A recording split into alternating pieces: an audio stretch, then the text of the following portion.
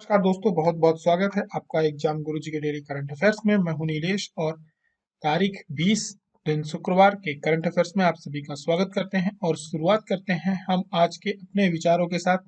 अपने विचार नहीं, अच्छे विचारों के साथ। हमें दुनिया फकत कागज का एक टुकड़ा समझती है, पतंगों में अगर ढल जाएं हम तो आसमां छू लें। यहाँ पर जो नफस अम्बालवी हैं ये कहना चाहते हैं कि यदि आप अपने आप को पतंग में ढाल लें। पतंग की खासियत क्या होती है? एक डोर होती है, कागज की तरह हल्का होती है, कागज काफी हल्का होता है और एक हवा के माध्यम से आसमान को छूने की अपने अंदर एक आत्मविश्वास रखती है, कुव्वत रखती है। तो यानी हमें अहम शून्य होना पड़ेगा, यानी हमारे अंदर अहम बिल्कुल नहीं होना चाहिए कि हम हवा में भी उड़ सकें। दूसरी तरह हमें कागज की तरह हल्का होना होगा और अपने आप को किसी भी रंग में, किसी भी रूप में ढालने की एक हमारे अंदर खासियत होनी चाहिए। यानी हमारे अंदर इतनी मैच्योरिटी होनी चाहिए, पोलाइटनेस होनी चाहिए, साथ ही में एक धागा मतलब हमारे अंदर एक नियंत्रण होना चाहिए और हमारा जो आत्मविश्वास होना चाहिए वो इतना होना चाहिए कि हम आसमान को छू लें तो हम छू लेंगे। सीखने की ललक होनी चाहिए। हमारे अंदर क्या होना चाहिए कि हम लोगों को अब क्या दिक्कत जाती है, हम थोड़ा सा भी पढ़ लेते हैं तो कई बार हम लोग अहम का शिकार हो जाते हैं। हमारे अंदर सीखने की ललक खत्म हो जाती है क्योंकि हमारे अंदर वजन होता है, अपने अंदर एक ईगो होता है। तो उस ईगो को आपको मारना होगा। छोटों से भी यदि कुछ सीखने को मिलता है तो हमें सीखना चाहिए। आपसे बार बार कहते हैं कि जो हमारे दोस्त मित्र खबर जो हमारे क्वेश्चंस होते हैं डेली के, होमवर्क होता है, उसमें आपको यदि कोई जानकारी देते हैं तो मैं बार बार इसीलिए कहता हूँ कि आप उनके जो आंसर्स होते हैं उनको लाइक जरूर किया करें। क्यों किया करें? क्योंकि वो हमें कुछ शिक्षा देते हैं, हमें कुछ ज्ञान देते हैं, कुछ खोज करते हैं। तो हमें उन्हें प्रोत्साहित भी करना चाहिए और हमने उनसे कुछ सीखा है या पढ़ा है तो हमें उनका धन्यवाद करना चाहिए। हमारे अंदर एक ईगो होता है, कई बार हम पढ़ लेते हैं और निकल जाते हैं कि कोई मतलब नहीं है लाइक करने का। यही तो एक ईगो है, ये इसे हमें खत्म करना है और यही सब चीजें हमें धीरे धीरे करंट अफेयर्स में सीखना है। करंट अफेयर तो अपन कहीं से भी पढ़ लेंगे, हमें बहुत कुछ सीखना है और सीखते सीखते हमें आगे बढ़ना है। और सबसे पहले रिवाइज करना है कि कोल्लम जो कि भारत का पहला संविधान साक्षर जिला बना है और ये केरल राज्य में है। केरल लगातार खबरों में बना हुआ है और अच्छे कार्यों में बना हुआ है, मतलब वहाँ ये सब चीजें जो निकल के आ रही काफी अच्छी हैं। क्योंकि संविधान के बारे में अवेयर होना एक हम लोग, आप खुद समझ रहे होंगे उस चीज को कि हम लोग जब पीएससी की और इन चीजों की तैयारी करते हैं, कंपटीशन एग्जाम की, तो इसके बाद 10th 11th क्लास के बाद हम उसको वापस पढ़ते हैं। बीच में हमें संविधान की उतनी बेसिक जानकारी भी नहीं होती, लेकिन यहाँ आने के बाद हमें पढ़ने के बाद पता चलता है कि पॉलिटी में ये सारे अधिकार होते हैं।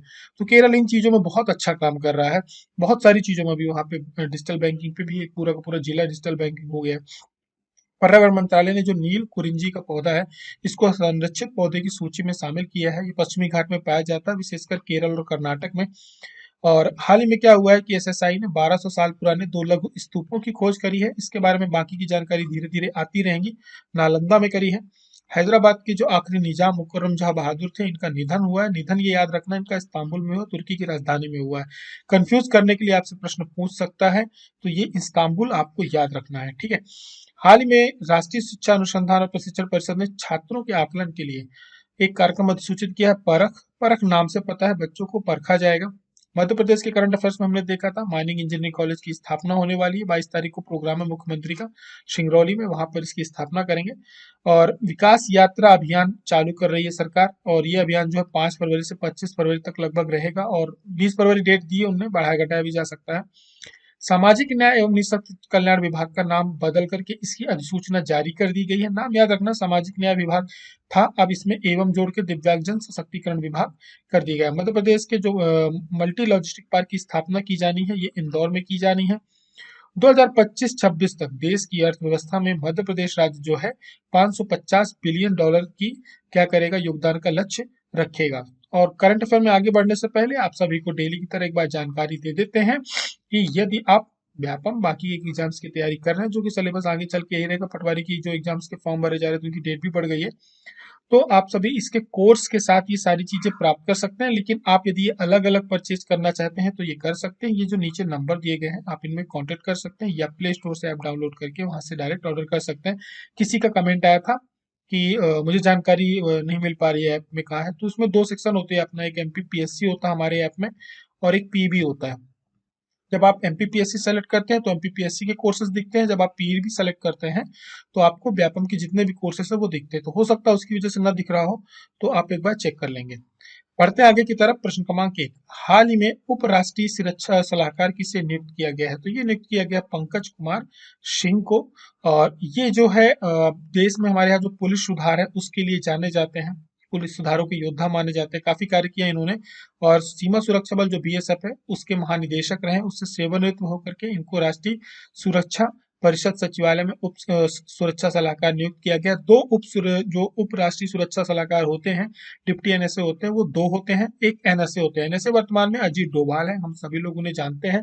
और ये क्या होता है, ये जो राष्ट्रीय सुरक्षा परिषद होती है इसकी जो अध्यक्षता करते हैं राष्ट्रीय सुरक्षा सलाहकार करते हैं, और जो प्रधानमंत्री होते हैं उसके प्राथमिक सलाहकार भी होते हैं। और ये त्रिस्तरीय संगठन होता है हमारा, रणनीतिक, राजनीतिक, आर्थिक, ऊर्जा और सुरक्षा संबंधी जो समस्याएं होती हैं उनकी देखरेख करता है।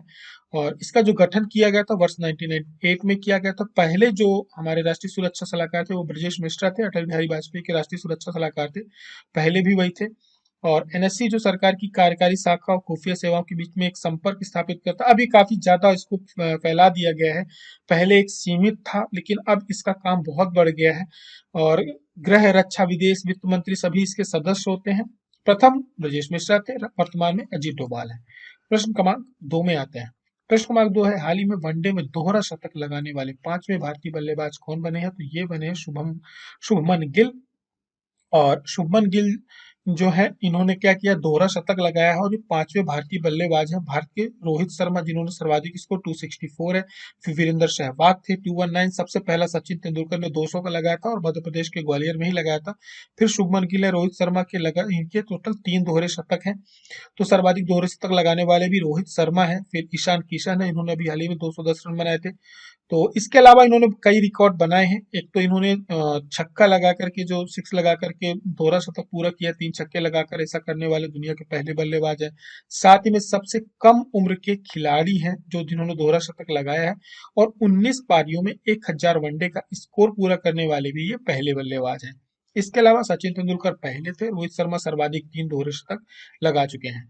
आगे की तरफ प्रश्न क्रमांक 3 में, स्टार्टअप फर्म जिसने भारत का पहला 5G सक्षम ड्रोन विकसित किया है वो किस कंपनी ने किया है? तो ये किया है आईजी ड्रोन्स ने। और ये ड्रोन्स क्या है, ये तो पहली बात तो ये स्टार्टअप फर्म है, इसका नाम क्या है, आईजी ड्रोन्स। ठीक है, इन्होंने 5G सक्षम ड्रोन विकसित किया है जो कि वर्टिकल टेक ऑफ लैंडिंग करेगा। और ये ड्रोन जो है स्काई वॉक के नाम, इसका जो नाम दिया गया है स्काई वॉक दिया गया है। और इसका जो उपयोग किया जाएगा विशेषकर रक्षा और चिकित्सा अनुप्रयोगों में किया जाएगा। और इसकी खासियत ये है कि ये 5 घंटे तक 10 किलो पेलोड के साथ उड़ान भर सकता है, यानी 10 किलो की सामग्री लेकर के 5 घंटे तक हवा में रह सकता है। और ये आर्टिफिशियल जो इंटेलिजेंस होती है उस पर काम करने वाला है। इसीलिए आपके मुख्य परीक्षा और प्री के सिलेबस में भी एआई डाल दिया गया, क्योंकि भविष्य में ये टेक्नोलॉजी से आपको रूबरू रहना पड़ेगा, उसके बारे में आपको जानकारी होनी चाहिए। और भी बाकी की खासियतें हैं। अब ड्रोन्स में आपको बहुत सारे इनोवेशंस देखने को मिलेंगे। विश्व की पहली डिजिटल पार्टी कौन सी है? तो ये ध्यान रखना, ये भारतीय जनता पार्टी है। और इतना वो नहीं था लेकिन हो सकता है पेपर में आपसे पूछ लिया जाए। एक तो दुनिया की सबसे बड़ी पार्टी होने का भी दावा किया गया बीजेपी के द्वारा।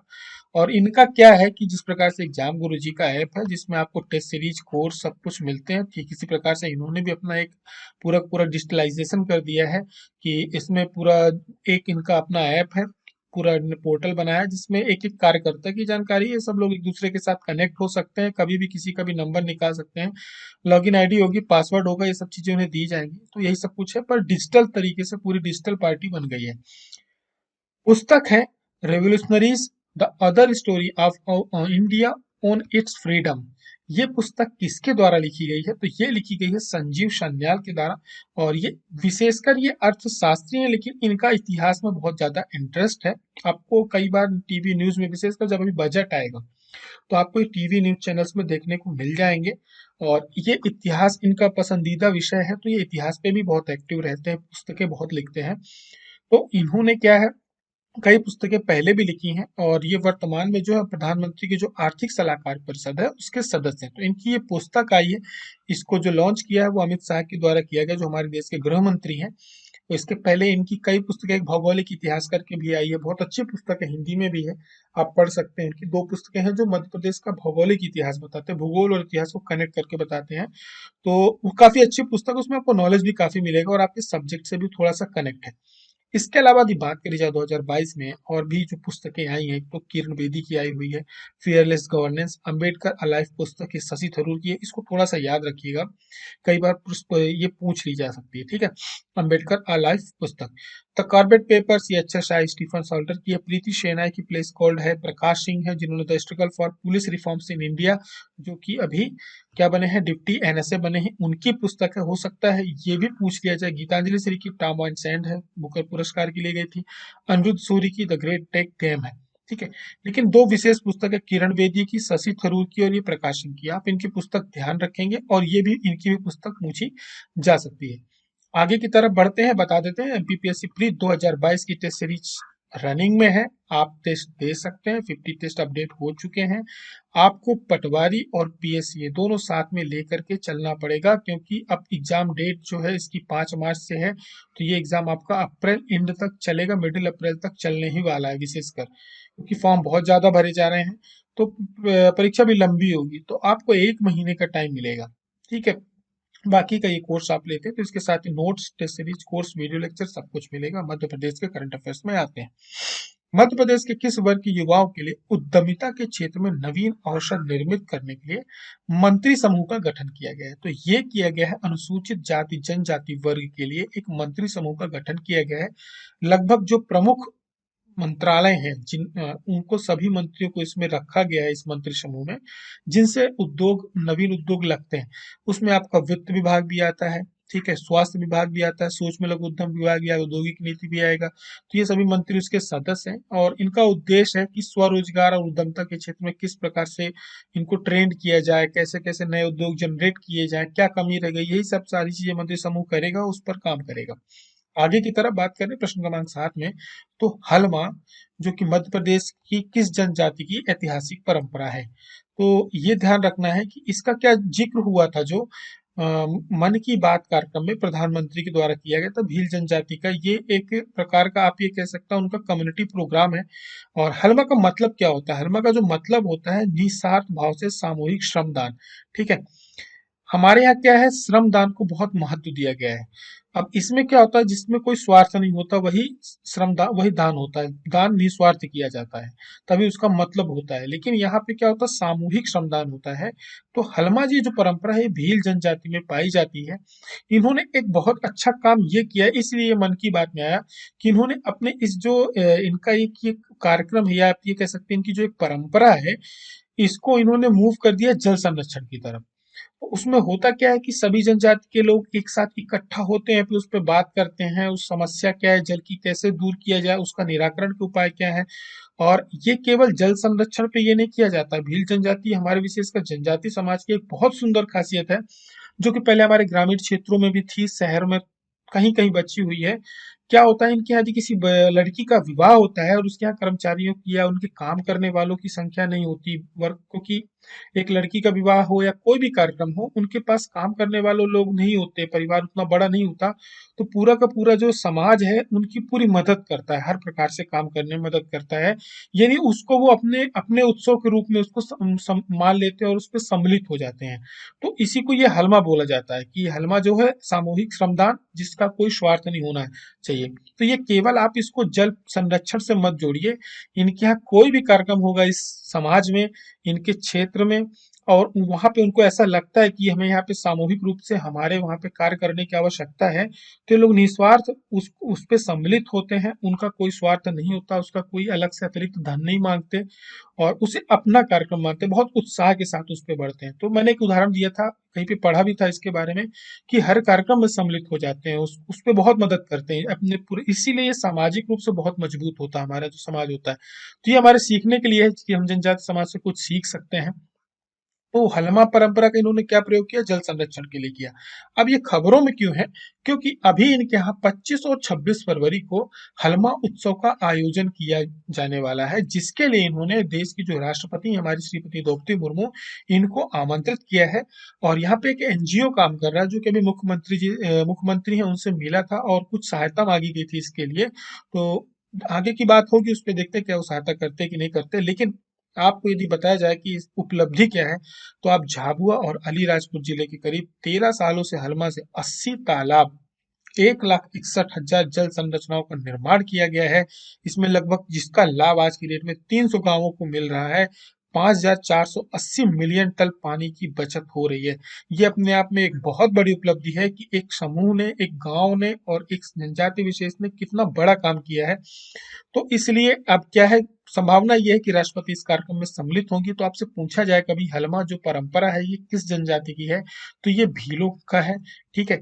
यदि इसका पूछा जाए कभी कि इसका मतलब क्या होता है, तो हमेशा याद रखना निस्वार्थ भाव से सामूहिक श्रम दान। आगे की तरफ बढ़ेंगे, बात करेंगे प्रश्न क्रमांक 8 में। भोपाल में थिंक 20 है आयोजित हुआ था। इसकी बैठक कब आयोजित की गई थी, तो तारीख याद रखनी है, 16 और 17 जनवरी को बैठक खत्म हो चुकी है।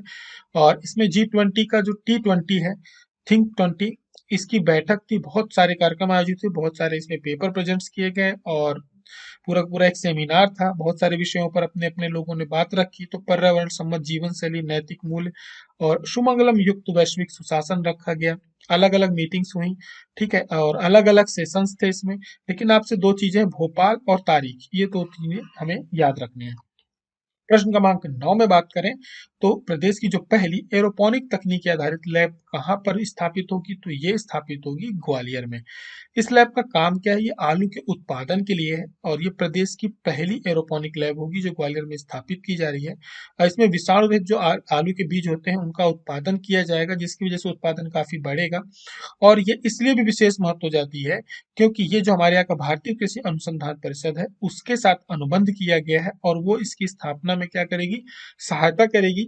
और शिमला ने क्या है, हवा में आलू के लिए जो बीज उत्पादन की अनूठी एक तकनीक विकसित करी है। हवा में आलू उगने का मतलब ये है कि उसको जमीन के नीचे ना होकर के उसको जिस प्रकार से टमाटर वगैरह लगाया जाता है उस प्रकार से उगाया जाएगा और उसमें कीड़े वगैरह कम लगते हैं, उत्पादन अच्छा होता है और साथ में जगह कम लेता है ना। तो कम जगह में ज्यादा उत्पादन हो जाएगा। इन्हीं सब चीजों की बात होगी तो स्वाभाविक रूप से हमारे यहाँ कृषि को इसको बहुत बड़ा लाभ मिलेगा। और एक पौधे की जो इसमें औसत 35 से 60 मिनिकेन यानी 3 से 10 ग्राम प्राप्त किए जा सकते हैं। इसमें मिट्टी का उपयोग नहीं होता, इसलिए इसमें जो जड़ रोग होते हैं वो नहीं लगते। और बात करी जाए मध्य प्रदेश की, तो आलू का छठा सबसे बड़ा उत्पादक राज्य है और प्रदेश का जो मालवा क्षेत्र का आलू उत्पादन में महत्वपूर्ण भूमिका निभाता है। प्रश्न क्रमांक 10 की बात करें तो अभी क्या हुआ है, एनएफएसए के लिए राज्य रैंकिंग सूची जारी करी गई है। तो इसमें मध्य प्रदेश का कौन सा स्थान है, तो ध्यान रखना इसमें मध्य प्रदेश का छठा स्थान है। पहले नंबर पर ओडिशा है और पूरे देश में मध्य प्रदेश 6वें नंबर पे है। अब इसको जारी किसने किया गया है, तो केंद्रीय उपभोक्ता कार्य, खाद्य और सार्वजनिक वितरण जो मंत्रालय है उन्होंने किया है और ये पहला संस्करण था। अब ओडिशा जो है रैंकिंग में फर्स्ट है, शीर्ष स्थान पर। उत्तर प्रदेश इस पे दूसरे स्थान पर, आंध्र प्रदेश तीसरे स्थान पर है। और मध्य प्रदेश का जो स्कोर रहा वो 786 रहा है। अब इसको तीन स्तंभों पे या तीन उस पे रखा गया था। पहला तो इसमें कवरेज, लक्ष्यीकरण, अधिनियम प्रावधान, फिर डिलीवरी प्लेटफॉर्म, फिर पोषण संबंधी क्या क्या पहल हुई, ये सारी चीजें रही हैं। हमने आपसे कल एक प्रश्न पूछा था, निम्न में से किस परमार राजवंश के आश्रित कवि को परिमल कालिदास भी कहा गया है। काफी अच्छा आंसर आप सभी ने दिया है और बहुत तथ्यात्मक उत्तर दिए हैं और आपका उत्तर सही था कि पद्मगुप्त है, इन्हें परिमल कालिदास भी कहा जाता है और राजा मुंज के आश्रित कवि रहे हैं। और इसके अलावा इनकी नव सहसा संग्रह चरित्र जो इनकी एक किताब रची गई थी, इनके द्वारा लिखी गई थी, तो इसको प्रथम ऐतिहासिक महाकाव्य भी माना जाता है। आप सभी के उत्तर थे, आप सभी ने काफी सारी डिटेल्स इस पे शेयर करी है, तो आप सभी लोग एक बार पढ़ लेंगे और अलग अलग तथ्य कई लोगों में कुछ मिल जाएंगे आपको। तो उन्हें एक प्रकार से आपको क्या करना है, रट के रखना है, उसको लिख के भी रखना है। और इस कवि से जुड़े हुए लगातार 2 साल से प्रश्न इस पे आ रहे हैं, तो आप इसको एक बार क्या करेंगे, लिख करके रख लेंगे। साथ में मेंटरशिप प्रोग्राम एग्जाम गुरुजी पे चल रहा है। आपको टारगेट्स दिए जाते हैं, ये डे वाइज प्रोग्राम है ना कि डेट वाइज प्रोग्राम है। आपको 45 डेज का टारगेट दिया जाएगा, आपको फॉलो अप भी रखा जाएगा, स्टडी प्लान रहेगा पूरा पूरा, आपके प्रोग्रेस रिपोर्ट भी रहेगी। और ये प्लान आप ज्वाइन करते हैं तो आपको एमपीपीएससी प्री की जो कि 499 की टेस्ट सीरीज है ये फ्री मिल जाती है 500 रुपए की। तो ये लगभग 497 रुपए के आसपास का कोर्स पड़ता है और एग्जाम गुरुजी आप में इसके साथ मेहनत करेगा। मेहनत लेकिन आपको ही करनी पड़ेगी। और आज करंट अफेयर खत्म करने से पहले आज का होमवर्क आप सभी के लिए, सांची के महास्तूप से संबंधित कथनों में असत्य कथन आपको बताना है कि कौन सा है। गुप्त काल तक सांची का नाम काकनादबाट था। यहाँ प्रमुख रूप से 4 स्तूप है, छोटे अन्य स्तूप भी हैं। 1818 में जनरल टेलर ने सांची स्तूप की खोज की थी। सम्राट अशोक ने 3री शताब्दी ईसा पूर्व में सांची स्तूप का निर्माण कराया था। इसमें से असत्य कथन कौन सा है वो आपको कमेंट करके बताना है। और साथ में एक ये कि आप लोगों का जो साइंस एंड टेक वाला वीडियो रह गया था करंट अफेयर्स का ईयरली वाला, वो जल्दी ही अपलोड कर दिया जाएगा। संभावना ये कि आज मैं इसको अपलोड कर दूंगा, तो आप सैटरडे और संडे में इसको आराम से देख सकते हैं। उसकी पीडीएफ भी हम टेलीग्राम चैनल पर डाल देंगे। कुछ लोगों को क्वेरीज थी कि इस करंट अफेयर की पीडीएफ कहाँ डाली जाती है, तो इस करंट अफेयर की जो पीडीएफ होती है वो आपको टेलीग्राम चैनल पे मिलती है। लिंक ये दी गई है, यहाँ पे दी नहीं समझ में आती तो इस वीडियो के डिस्क्रिप्शन बॉक्स में भी लिंक नीचे दी जाती है, आप वहां पर देख लेंगे। आपकी कोई क्वेरीज रहती है तो आप कमेंट कर दिया करें, मैं उसको पढ़ लेता हूँ, देख लूंगा, आपका उसका सोल्यूशन करूंगा। एक नोट्स को लेकर के था कि उनका नहीं पहुंचा है, कुछ बरेली को लेकर के कंफ्यूजन हुआ था। बरेली वो उत्तर प्रदेश चला गया है, वो कोरियर की तरफ से गलती थी, उसमें मैं भी अपनी गलती मानता हूँ। मेरी उनसे बात होगी, आपका सोल्यूशन हो जाएगा। बाकी का जिनको पटवारी का कोर्स नहीं दिख रहा है, कई लोगों की क्वेरीज आई थी, व्हाट्सएप भी आया था, पटवारी का कोर्स नहीं दिख रहा है। देखिए, ऐप चलाते हैं आप तो उसमें एक सेक्शन आता है एमपीपीएससी और कौन सा कोर्स आप सेलेक्ट करते हैं। जैसे आपने एमपीपीएससी सेलेक्ट किया तो आपको एमपीपीएससी के सारे कोर्स दिखते हैं। जब व्यापम सेलेक्ट करेंगे तो व्यापम के सारे कोर्स दिखते हैं। तो आप एक बार ध्यान दे दीजिएगा, आपने एमपीपीएससी सेलेक्ट किया होगा, व्यापम सेलेक्ट करिएगा तो कोर्स आपको शो होने लगेगा। हमारी और आपकी मुलाकात फिर होती है सोमवार के दिन पे होगी, लेकिन शनिवार को आपको साइंस और टेक का वीडियो मिलेगा और आपके पास वहां पे काम रहेगा। फिर हमारी मुलाकात होगी। तब तक के लिए आप सभी अपना ध्यान रखिए, पढ़ाई लिखाई बहुत तेजी से करिए। बहुत लोग पढ़ाई लिखाई कर रहे हैं, ध्यान दे रहे हैं, आपको भी मेहनत करनी है। सिलेक्शन इस साल हमें लेना है, ठीक है। फिर मुलाकात होती, तब तक अपना ध्यान रखें। जय हिंद, जय भारत।